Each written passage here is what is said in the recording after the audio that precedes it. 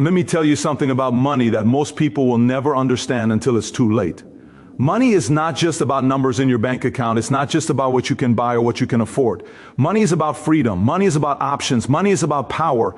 And I'm not talking about power over other people. I'm talking about power over your own life, power over your own decisions, power over your own future.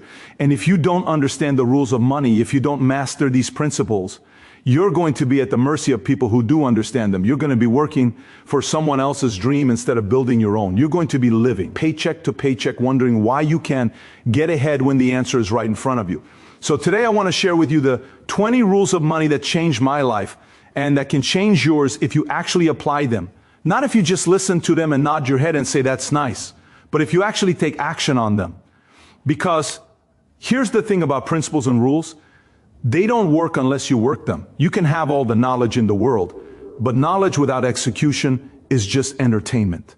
And I'm not here to entertain you. I'm here to challenge you, to push you, to give you the truth, even if it makes you uncomfortable. Because the truth is what's going to set you free. The first rule of money is this: money is emotional. Now, you might be thinking, wait a minute, I thought money was mathematical.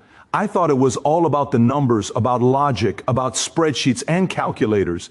And yes, there's a mathematical component to money. But here's what most people miss. The reason people make bad financial decisions has nothing to do with math and everything to do with emotions. Think about it. When you go out and buy something you can't afford because you want to impress someone, that's not a math problem. That's an emotional problem. When you stay at a job you hate because you're afraid of change, that's not a math problem. That's an emotional problem. When you don't invest because you're scared of losing money, that's not a math problem. That's an emotional problem. I learned this lesson the hard way. Early in my career, I made decisions based on fear, based on ego, based on what other people thought of me. And those emotional decisions cost me. They cost me money, they cost me time, they cost me opportunities. It wasn't until I started recognizing my emotional triggers around money that I was able to make better decisions. And let me be clear about something. I'm not saying emotions are bad. Emotions are part of being human, but you have to be aware of them.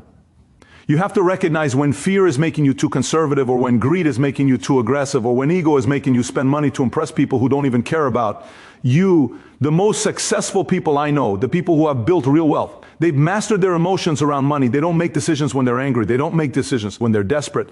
They don't make decisions to prove something to someone else. They make decisions based on logic, based on strategy, based on their long-term vision. And that requires emotional intelligence. That requires self-awareness. That requires discipline. The second rule is that money loves speed. This is something most people don't understand. They think wealth building is slow. They think it takes 30 or 40 years of working and saving to build wealth.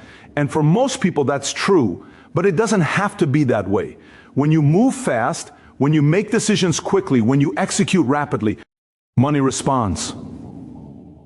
I've seen people build more wealth in 2 years than most people build in 20 years because they understood this principle. They didn't wait for perfect conditions. They didn't analyze things to death. They saw an opportunity and they moved on it. Now, I'm not talking about being reckless. I'm not talking about making stupid decisions without thinking. What I'm talking about is the ability to make decisions with incomplete information and then adjust as you go. Most people wait until they have all the information before they make a move. But by the time you have all the information, the opportunity is gone. Someone else who was willing to move faster has already taken it. Speed is a competitive advantage in business and in wealth building. Think about real estate. When you find a great deal, you can't sit on it for weeks doing analysis. Someone else will buy it. Think about investing. When there's a market opportunity, you can't wait until everyone else sees it. By then, the opportunity has passed. Think about starting a business. You can't wait until everything is perfect. You have to start, you have to launch, you have to get feedback from the market and then adjust. The people who build wealth quickly are the people who move quickly. They're decisive. They're action-oriented. They don't suffer from paralysis by analysis. And yes, sometimes they make mistakes. Sometimes they move too fast and they have to course correct. But they'd rather make a mistake and learn from it than sit on the sidelines watching opportunities pass them by. The third rule is this: money doesn't sleep.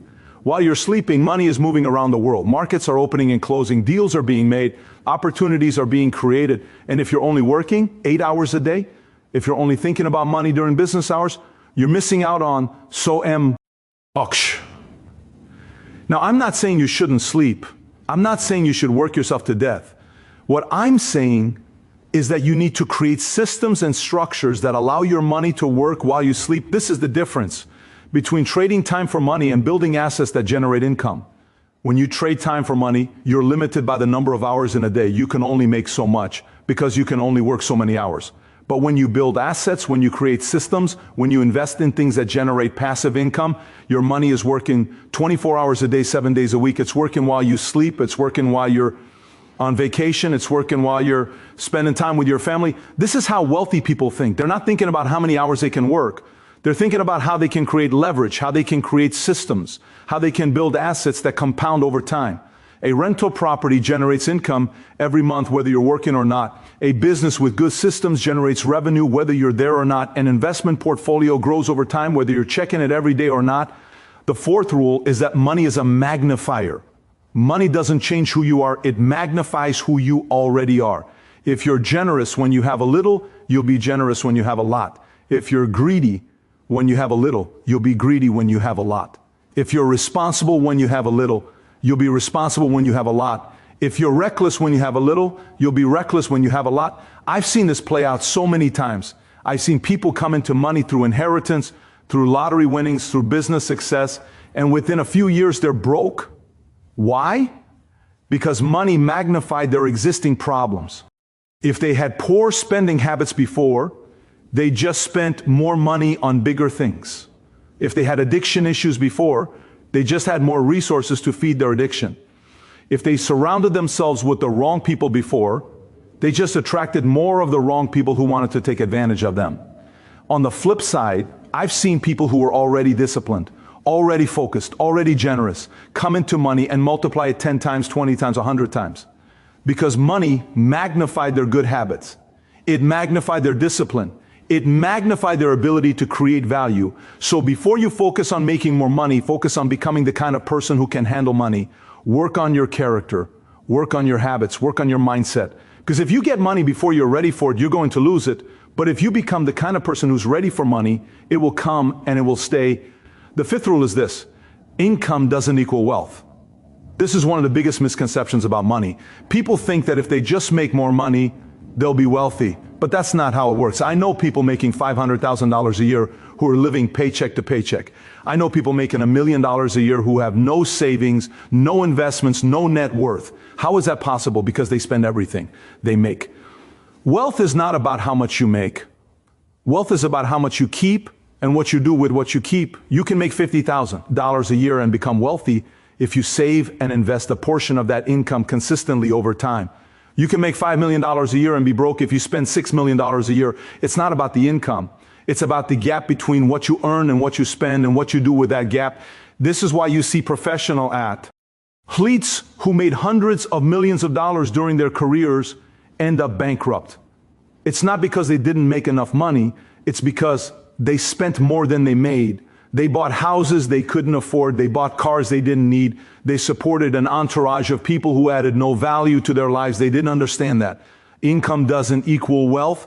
Real wealth is built by creating a gap between your income and your expenses and then investing that gap into assets that appreciate over time or generate income. It's built by being disciplined enough to delay gratification. It's built by being smart enough to make your money work for you instead of working for your money. Don't focus on looking rich, focus on being rich. And there's a big difference. The sixth rule is that money doesn't care about your feelings. The market doesn't care if you're a good person. The economy doesn't care if you work hard. Your bank account doesn't care if you have good intentions. Money responds to value creation and value exchange. That's it. You can be the nicest person in the world. But if you're not creating value, if you're not solving problems, if you're not making yourself useful to the marketplace, you're not going to make money. This is a hard truth for a lot of people to accept. They think they deserve to make more money because they work hard or because they're educated or because they've been at their job for a long time. But the market doesn't care about any of that.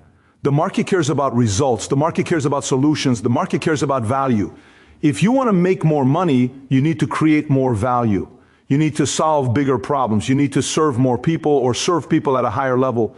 It's not about what you think you deserve. It's about what value you bring to the table. And here's the good news. When you focus on creating massive value, when you focus on solving real problems, when you focus on serving people at a high level, the money takes care of itself. I started my insurance business with nothing. I didn't have connections, I didn't have money, I didn't have experience.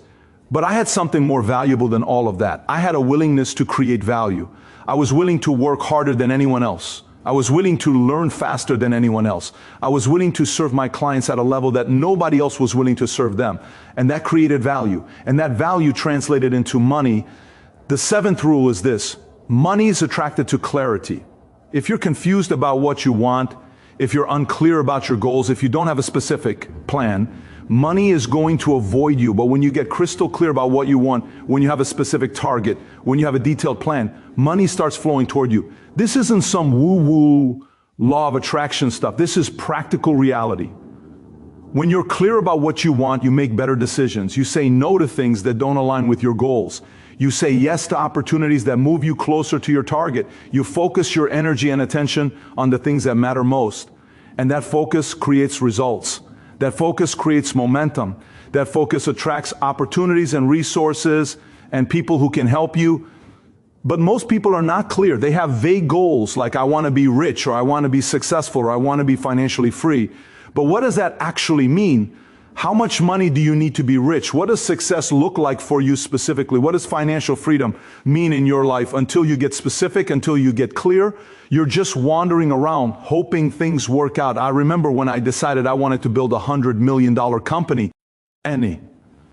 That was a clear goal. That was specific. And because I had that clarity, every decision I made was filtered through that goal. Should I take this meeting? Does it help me get to 100 million? Should I hire this person? Do they have the skills to help me get to 100 million? Should I invest in this opportunity? Does it move me closer to 100 million? Clarity gave me focus. Focus gave me results. The eighth rule is that money requires sacrifice. You can't have everything. You can't do everything. You have to make choices. And every choice involves sacrifice. If you want to build wealth, you're going to have to sacrifice some things that other people aren't willing to sacrifice. You're going to have to work when other people are partying. You're going to have to save when other people are spending. You're going to have to invest in yourself when other people are buying things they don't need.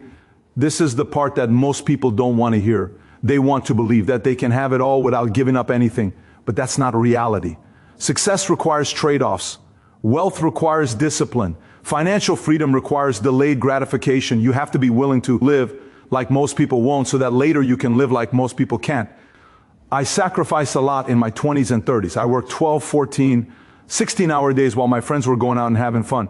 I lived in a small apartment and drove a used car while other people were trying to look successful with things they couldn't afford. I invested every extra dollar I had into my business and my education while other people were spending their money on entertainment and stuff. Were those sacrifices hard? Absolutely.